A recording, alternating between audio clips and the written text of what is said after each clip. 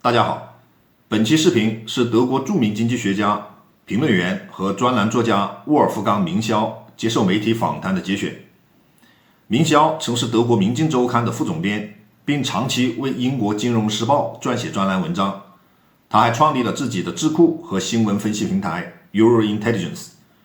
明肖被认为是少数既了解德国国内政策，又能全面审视欧盟问题的专家之一。德国经济正面临严峻挑战，即便如德国引以为傲的汽车业，现在也是销售数字大幅下滑，官场罢工闹得不亦乐乎。德国是不是就此正式进入了衰退期？德国社会各界都在对此进行大范围的讨论，有很多的观点，有的对此不以为然，认为30年河东30年河西，你方唱罢我登场，经济有涨有跌很正常，没什么奇怪的。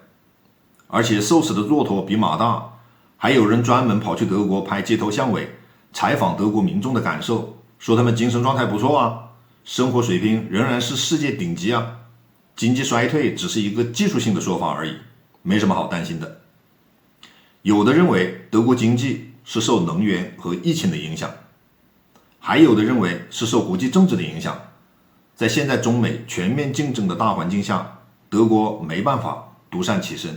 主持人问明肖，数十年来，德国模式一直是欧洲乃至世界的典范，是欧洲经济的引擎，大家都羡慕德国，甚至嫉妒德国。为什么德国模式似乎突然不灵了？该如何理解这个变化呢？明肖是这么回答的。The best way to understand the story is to understand it as a long history, because it only sort of people took note of it in the last year or so. In fact, some people only took note of it in the last month or so. The decline of the German economy became visible in the statistics at around 2017, 2018. Now, interestingly, this is shortly after the British referendum, and this was indeed a factor. Not the main cause of it, but it was one of the triggers of the industrial decline. I would say the main origins date back to the days of Gerhard Schröder, when he was Chancellor in the early 2000s, and the long reign of Angela Merkel. And what happened to Germany was that the country had, ever since the Second World War, specialized on industry. And this was a very successful strategy, and I do not criticize the fact that they did this. And they built a model very much based on a modern industrial economy with great specialization in cars, mechanical engineering, chemistry. And they were world leaders in many of these sub-segments of these areas. Yeah, we were all jealous of it. Absolutely. It was talked about in every newspaper column for 25 years. The German industrial model, why can't we have that? That's right. That was the envy of the world.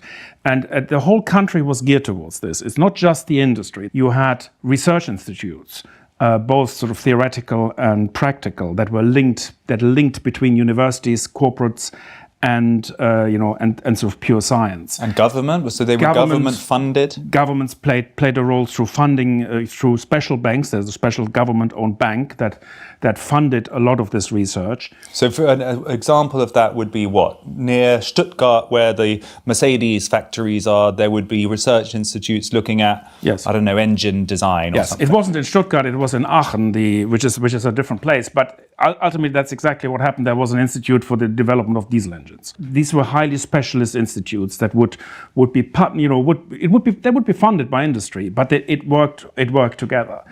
But what Germany was never good at, or at least not good at since the 1980s, was the idea of moving outside of this network.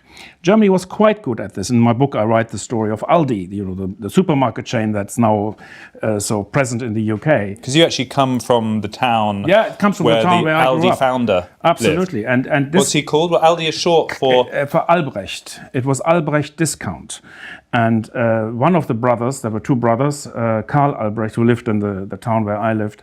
He became Germany's richest man, and he was secretive. We didn't know where he lived. He was a ghost in our city. Everyone tried to figure out where they lived, but not with no success. I hasten to add. And by the time he died, he was, I think, very old, about 10 years ago. He had never met a German chancellor. So this was an entrepreneur, old-fashioned. He didn't need politics for this. This was classic. He kind of had an idea, or he and his brother had an idea. They inherited basically a supermarket, not a supermarket. They inherited a corner store from their family, and then they developed this into, probably Huge discount one of the world's largest warehouse, retail chain with a whole new idea. This was a whole sort of business idea that just caught on and made a lot of money for this family. This was an entrepreneurial area, the 50s, 60s, and 70s. And then it flipped. It became very much focused on industry, very much focused on picking, not so much that the government was picking winners, the government supported the system. And it did well. There was engineering, the system kept on giving. It was essentially the invention of the motor car in the 19th century. They were still making a lot of money until very few years ago, and that has then changed when there was a technological change. And I think this is probably the single most important thing that happened. They underestimated. It was a consensus system, so everybody kind of agreed with something, and they underestimated the digital world. They underestimated the electric car. The chairman of VW, one of the patriarchs, he was part of the Porsche family, and they're linked to VW. He used to say, there is no space for electric cars in my garage. There was an arrogance about anything that was like not what they invented.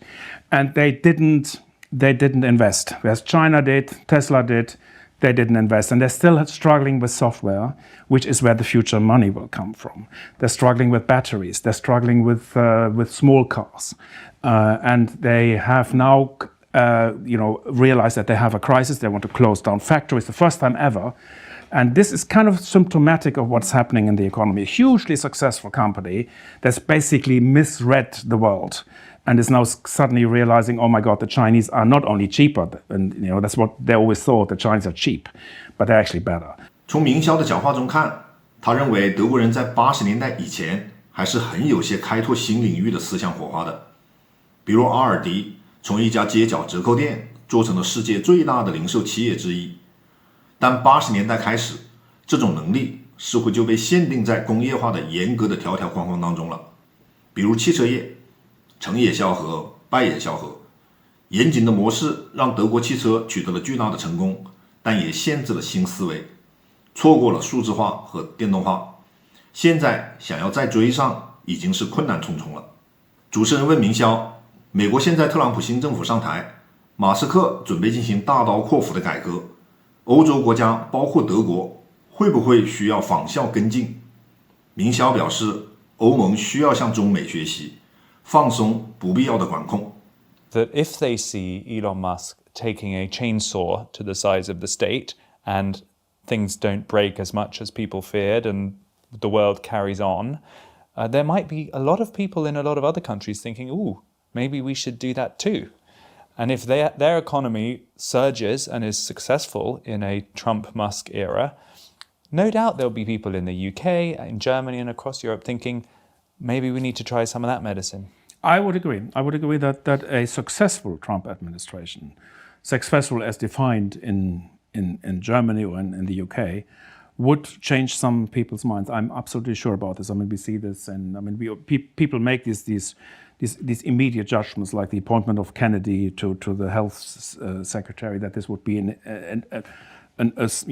absolute disaster or foreseeable disaster. It may not. But if it's not, I'm asking myself the question: what would actually happen to our health industry if it is not a disaster, or what would happen if the Elon Musk does actually cut? Even if he just cuts only $1 trillion from the public sector, which is a more realistic number. But if he cuts $1 trillion, and we having, the EU having, the EU is so absurd. It has AI regulation without AI companies.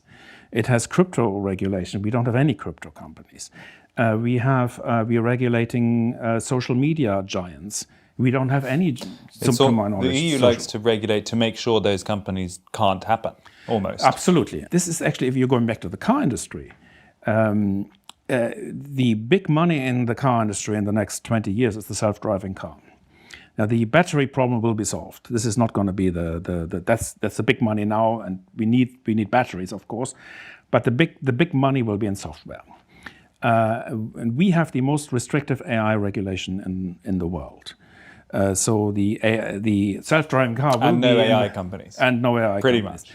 So the AI, the self-driving car, will not be invented by BMW and Volkswagen. It will be invented in China. Or in Silicon Valley, where I've taken a self-driving car in Silicon Valley.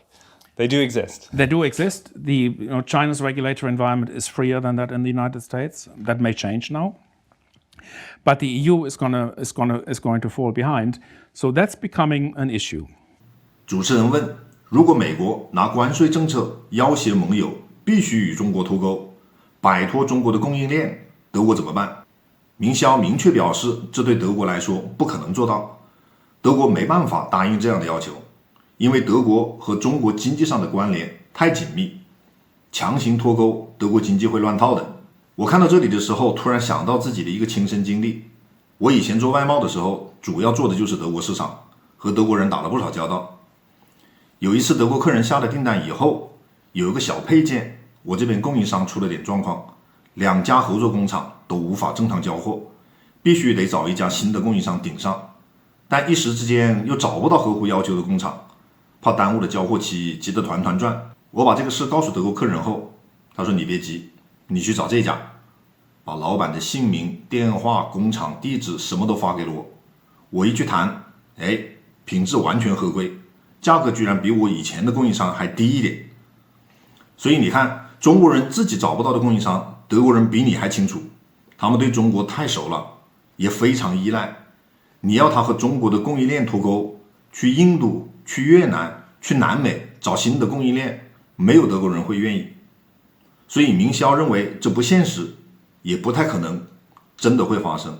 I think the other reason for the tariffs idea is to use international trade as a tool for hard diplomacy. And basically, he will say to people, yeah, you can get past our wall of tariffs if you agree with us on everything else we're doing, sign up to rejecting Chinese goods, do whatever else he wants us to do. So he may find that he picks off countries, and Germany and the UK might be on that list, to say, yeah, you can come past the tariffs, but you've got to be 100% ally. We're not interested in anything else. And that's the problem for Germany. Germany cannot say yes to that because Germany is too interwoven into Chinese supply chains. I mean, German industry is still investing into China, whereas everybody, they're doing with China what they did with Russia.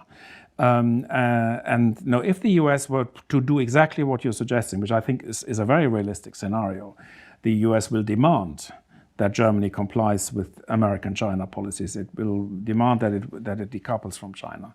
That will be very, very difficult for Germany to do physically because it will cause a significant chaos to the German company. This system that Germany created is absolutely reliant.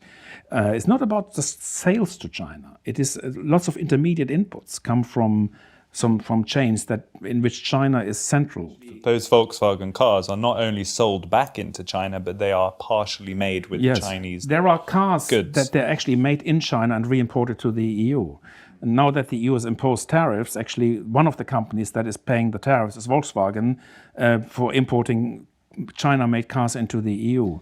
And then you throw in, just to really throw our brains into a headspin, you throw in the fact that Elon Musk is also a Chinese industrialist in the sense that much of Tesla is reliant on China. So he himself can't decouple from China. No, So absolutely. exactly how that plays out. Yeah. Policy to decouple from China is not going to work. And I don't think it's going to happen. And I would also assume that Trump, what we know from Trump, I mean, what people say and how people act are often different. And the stated preference as opposed to the revealed preferences. Trump doesn't like wars. Trump doesn't like conflict. He does focus, he has his transactional things he wants, and he wants to achieve them. But he has so far shown no appetite of engaging in major wars. On the contrary, his goal is more to end wars. And I don't think he will end the Ukraine war in 24 hours, as he says, but I think he will make a serious attempt to end it. I think Which might be popular in Germany. Which might be popular in some parts in Germany, and people would then say, this is better. It is better to do that than... so it might change views, and where I agree with you is that the political environment is highly dynamic. So stuff could happen, new parties could emerge, new weights could shift.